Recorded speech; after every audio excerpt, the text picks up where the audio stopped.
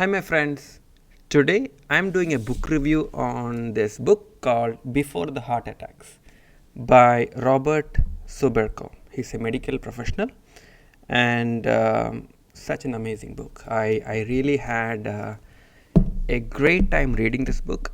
This book is a little bit near and dear to me because of the topic it addresses about cardiovascular health, which is something that I am personally working really well to improve. I've been having hypertension for some time, so kind of having good blood pressure level is a goal for me. And as I am improving my own life, I want to make sure that I'm healthy. I don't want to have a sudden cardiac arrest and have all the complications and all the challenges that will come with it.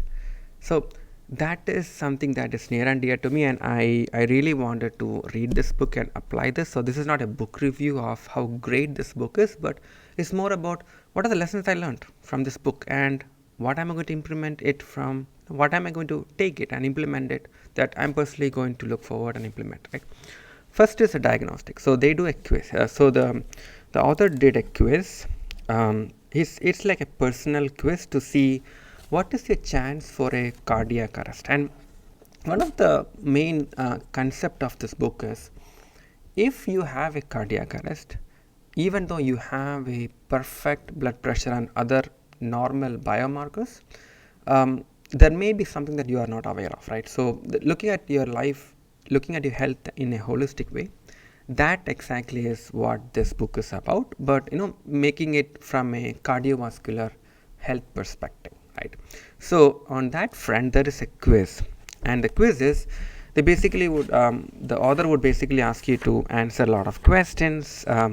It's yes or no, and based on yes or no, you'll have some points getting added, and then you have to rate your points, right? So based on the points, you will know where you stand. So 0 is worry free zone, 3 safety zone, 4 to 6 is a caution zone, 7 to 10 is a high alert zone, and 11 plus is a danger zone. And I am at 35, right? So it is well past that 11, it's not even a regular danger zone, it's like a 3 times danger zone, right? That itself was a big reflection for me. Hey, I need to take this seriously. This is not something to take, that's something to be taken lightly. So that's my first, that test was the first thing. You know what? This is going to be important. I'm up for it. And then the author explains a lot of biomarkers, like total cholesterol. What's the number? What does it mean? LDL. And I'm actually seeing a lot of right? It's something to be mindful about, because that's like a filler word for me, and I think I should probably reduce that filler word. So something to keep in mind. Triglyceride and everything. So other biomarkers. So that was a big chapter on lot of theory behind various numbers. What does those numbers mean? And the doctor recommends you to do all those blood panel work to really see where you stand, which is absolutely great, to really understand where you're standing from and what is your beginning, and so that way you have a goal that you can track. That lessons were really helpful, and I really learned a lot from this. Going forward, then that author sort of shifted to more nutrition. So there is 2 guidance. First is nutrition guidance, then there is an exercise guidance, and then there is a medication guidance, right? So my primarily is about nutrition and exercise. Medication, obviously, supplements and other forms of medication that you can do, but this video I'm primarily going to focus on the nutrition and the exercise side. So nutrition, he introduced the concept of general dietary facts, like carbs, fats, proteins, how does it work, sort of general theory. And then he goes to what should you eat, what should you not eat. And this is where, when it comes to diet, there will be lot of different ideas. So according to him, a low fat diet is better, right? And there are other theories that a high fat diets, like high fat diets, are better. Even other cardiovascular experts have will talk, hey, you need to have high fat and do a low carb diet, right? So this is on the low fat side. But when I think about diet, and this is how I usually see what is the basic like requirement even before you go for the advanced, right?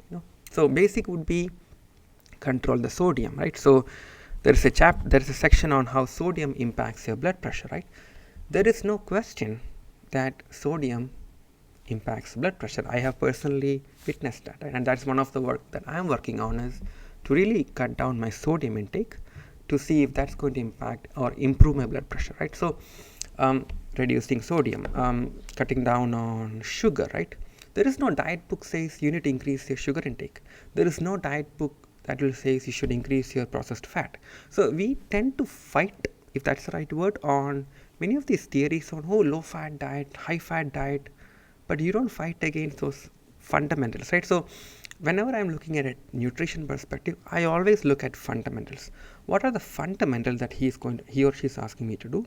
Am I doing that before I start looking at the higher details, right? So fundamentals in the nutrition chapter: sodium is related to blood pressure, unhealthy fat, that you would get from processed food, French fries, trans fat. Nobody argues trans fat is good or bad, and that there's a section on what are the challenges trans fat is going to come, and that was really eye-opening for me. So that's going to be helpful for me. I'm going to implement that. And then sugar, like carbs, right? Carbs is white rice and all the carbs that can pump too much sugar in my bloodstream.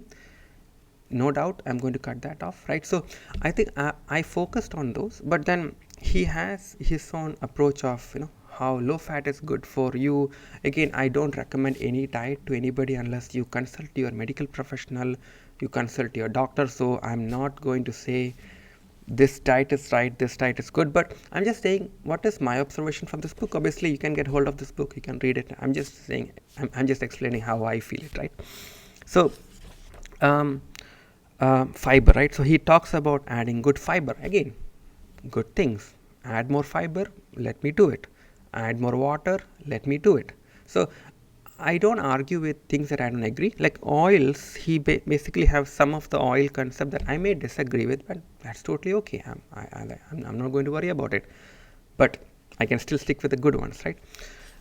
Thing I like about this book is he actually teaches a lot of science behind a lot of things, and I really love it, right? Again, I love to learn why I do certain things, right? So understanding the science behind it.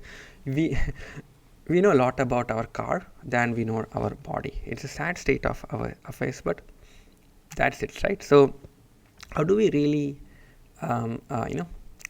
learn more about our body's function, right? And that's where I try to do. So I like these things to read, so I will reread this, kind of understand more about this. So that's great. Usually his prescriptions are very scientific, so he basically come up with calculated approach on what are your challenges, and then he will prescribe 3 plans: plan A, plan B, plan C.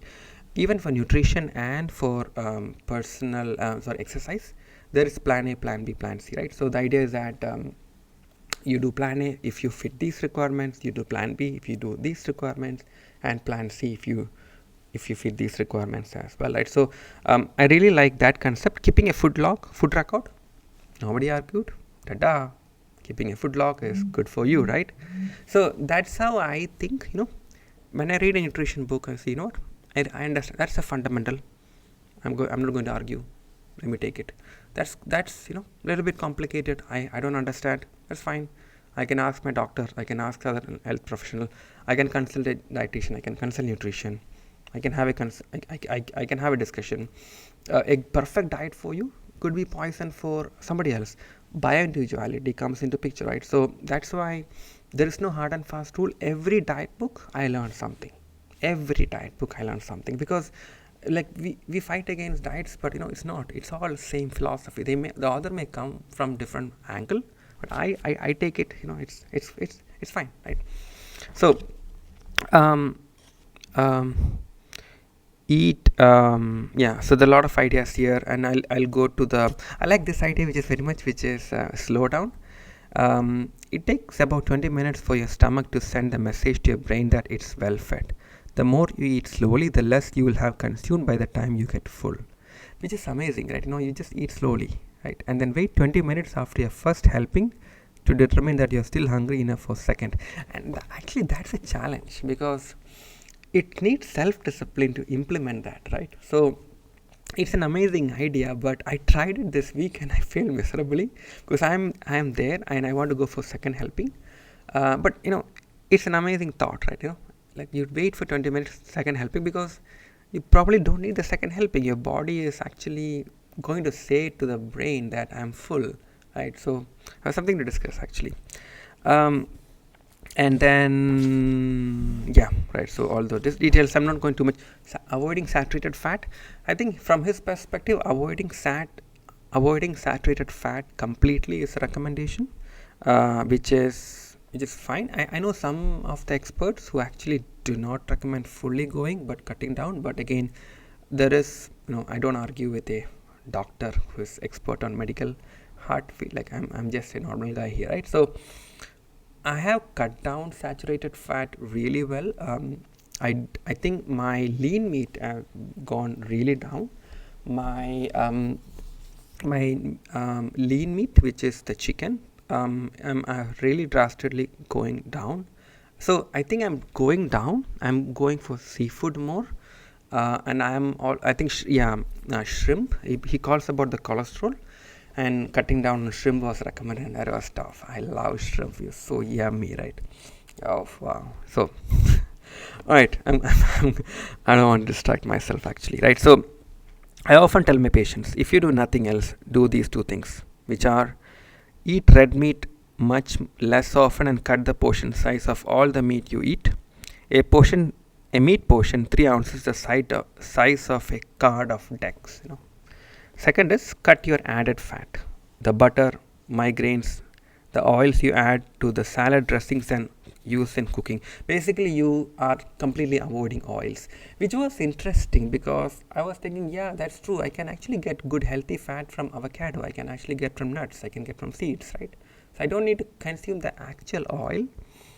Instead of, I can actually consume the actual healthy fat. So that is a good thought, and I already started thinking about implementing that. I typically in our home we use avocado oil and coconut oil, and then I am trying to cut down food from outside because I don't know what kind of oils they were using, right? They are using. So I think cutting down the oil is one of the things that I really like it, irrespective whether it's good or healthy. Right? In general, cut down oils. But again, my takeaway may not be for you. You can actually have your own takeaways for it. And then he goes to the plan. Right? He has the diet plan 1, which is the whole heart diet, and then he has the guidance on that. Then there is a diet plan 2, which is, and there's a menu for, like, he has exactly how much is percentage, calories and everything. So based on your condition, there is a categorization, right? So fat 30%, carbohydrates 30%, protein 20% of the calories, right? That's how we calculated for that. So I'm not going too much of detail, but you can check it out. It's very highly detailed. So I think it's amazing actually. Great book. Let me go to the fitness side of things, which is another great read. Actually, I really loved it. From a fitness perspective, he really goes into why fitness matters and why it should be done daily. It was interesting because he said, like any medication, exercise is a medication to the body, but its effect is only like 24 hours, which means if you do not do it consistently, then you won't get the benefit, right? So there was a lot of discussions on exercise, and he also mentioned that he's actually approaching exercise from a cardiovascular perspective, not necessarily from a like a muscle building or like a flat abs perspective, right? So his recommendations are more towards cardio, which is what his sort of specialty said. So I personally felt I may have to tweak it a little bit to include my goal for building muscle mass and also cutting down my belly fat, which is something that I'm really actively working on as well. So again, I'll tweak it, but it was a good lesson. He also encouraged that, how can you make it as a daily practice, right? In terms of simple things that you can do on a day-to-day basis, like going for a walk, having activities with your kids and hiking, things like that, right? So those are good. And then he basically mentioned about few aspects, which is, he said that every exercise should have an intensity. Let's see, actually, yeah, he basically said that there should be a type, intensity, duration, and frequency, correct? So what is a type? Jogging. Intensity is get a heart rate of 110 beats per minute. That's an intensity, right? Duration would be 60 minutes, and frequency is daily, right? So that is how he said an like an exercise routine should be. Same like you prescribe a medication. Like, thinking exercise as a medication was a good aha moment for me, right? Because then, wow, okay, it's not just a random act, it's a medication for me. So I had to think, okay, that's great. I'm actually excited about that, right? So, and then everything, it goes details, and then obviously finally recommendation is exercise every day, which is great. Sometimes you say you give a body a break, you want, I think that's the fitness stream of things, right? Some of the fitness experts, I think mainstream fitness expert, and I personally have learned from them as well, you want to give your body rest and recovery time, right? So, but that doesn't mean that you are sedentary on those days, right? So he basically says exercise every day, but then the definition of exercise could be different, right? You may be taking highly intensive activities for 5 days, and other 2 days you are just going for a walk, right? I personally have the daily habit of 10,000 steps per day, and this week I've been doing really well on that. But so then I may not have an active exercise session on a Sunday, but I still may go for a walk. I could go with a cycling with my kids, do some activity at the home, so that way I keep my body moving. That's the key part, right? Keep your body moving every day, right? So that's what it is. And then again, there are 3 plans. There are exercise 1 plan, low dose, which burns 1000 calories per week. Then there is exercise 2, which I think it loads around 1500 calories per week. Yes. And then there is exercise plan 3, which actually burns 2000 calories per week. I would stick with plan B, which is 1500 calories. It is basically workout 30 minutes 7 times, or 70 minutes 3 times a week, right? So that's my sort of plan. I'm doing 30 minutes every day minimum, and then I'm doing a walk as well, right? But eventually I'm going to increase it, but need to think about that, right? So fantastic. And then he goes to the medication, which I'm not going to get into in this session because it's more on the medication side of things. But totally amazing, great book. I loved it. If you have a chance to get this book, read it. You can get it from a library, from Amazon, any book, any location that is available. I don't know if it's still available through bookstores. You can check it, but definitely you can check out your library, or you can check out your bookstore as well to check it off.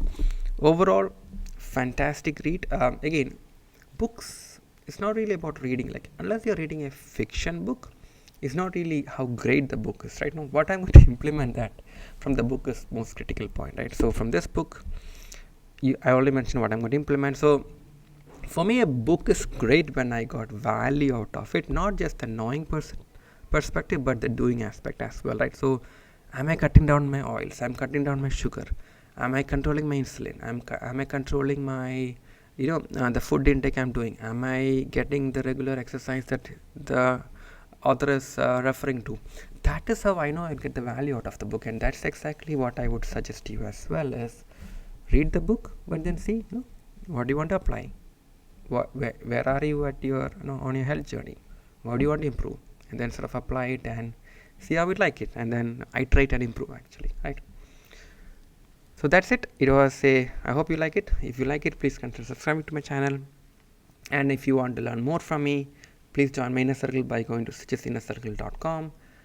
Thank you so much again. I am so grateful that you are with me till now to actually listen to me, I'm so humble and very grateful.